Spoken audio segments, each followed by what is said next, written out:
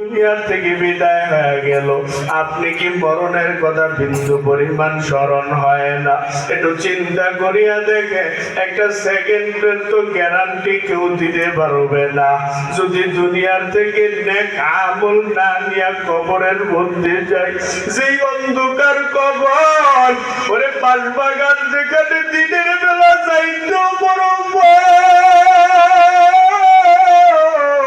ওই অন্ধকার কবরের মধ্যে যখন তোরে একা শুয়াইবে, ওরে চিন্তা করিয়া দেখ, সাথী নাই, পাতি নাই, ওরে কেউ থাকবে না। ওরে বাবা, চোখ দুইটা বন্ধ করিয়া দেখো, জাহান্নামের এক সেকেন্ডের আগুন সহ্য করতে পারবানি।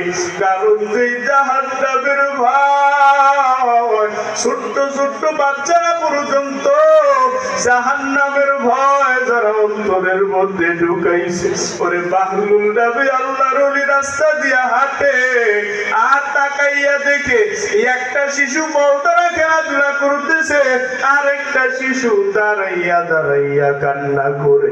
বাহলুল নামে আল্লাহর ওলি মানুষ ডাক দিয়া কয়ে, রে শিশু বলো, এই সন্তানটা বল দিয়া খেলাধুলা করে, আর তুমি না খেলে এখানে কান্না করো কেন, একটু বলবানি? এই কথা বলার পরে ছোট্ট বাচ্চারা ডাক দিয়া কয়, এই আল্লাহর ওলি বাহলুল,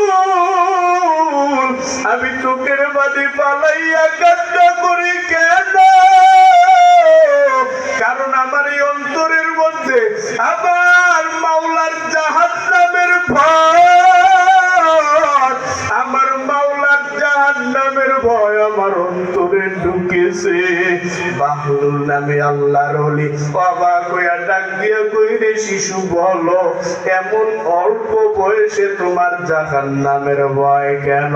শিশু ডাক দিয়া কই, রে বাহলুল, আমি তাকাইয়া দেখি আমার মা যখন রান্না করার জন্য চুলায় আগুন জ্বালায়, আমি তাকাইয়া দেখি আমার মা সর্বপ্রথম একটা ছোট্ট লাকড়ি দিয়ে আগুন চুলার মধ্যে ধরায়, আবার যখন বড় লাকড়ি দিয়ে আগুন ধরাইবে, আমি দেখি সর্বপ্রথম ছোট্ট লাকড়ি দ্বারা ব্যবহার করে আগুন জ্বালায়, তারপর দেখি বড় লাকড়ি দিয়ে আগুন ধরাইতেছে।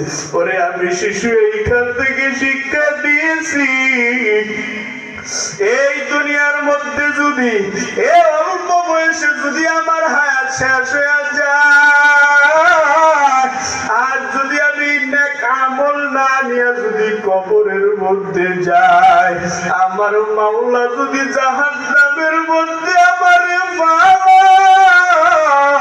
ওরে সর্বপ্রথম জাহান্নামের আগুনটা যখন ধরানো হবে, সর্বপ্রথম তো আমার ছোট্ট লাকড়ি দিয়া জাহান্নামের আগুন ধরাইবে, তারপর না হয় বড় মানুষ দিয়া লাকড়ি বানাইয়া শেষে দিয়া বড় লাকড়ি ব্যবহার করবে।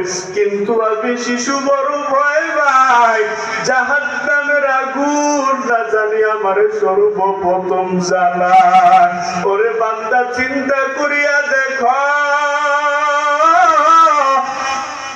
এই দুনিয়ার মধ্যে এই আগুনটা যখন হাতে লাগে, আমরা দুনিয়ার আগুন হাতে লাগলে হাত পুড়ে পা পুড়ে না, এরপরে আগুন সহ্য করতে পারি না।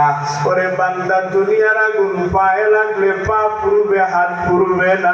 আল্লাহ নবী বলে, জাহান্নামের আগুন এত ভয়ানক আগুন, বলে বান্দা, জাহান্নামের আগুন শরীরের যেই কোনো জায়গায় লাগা মাত্র কলিজা পর্যন্ত ভুনা হয়ে যাবে।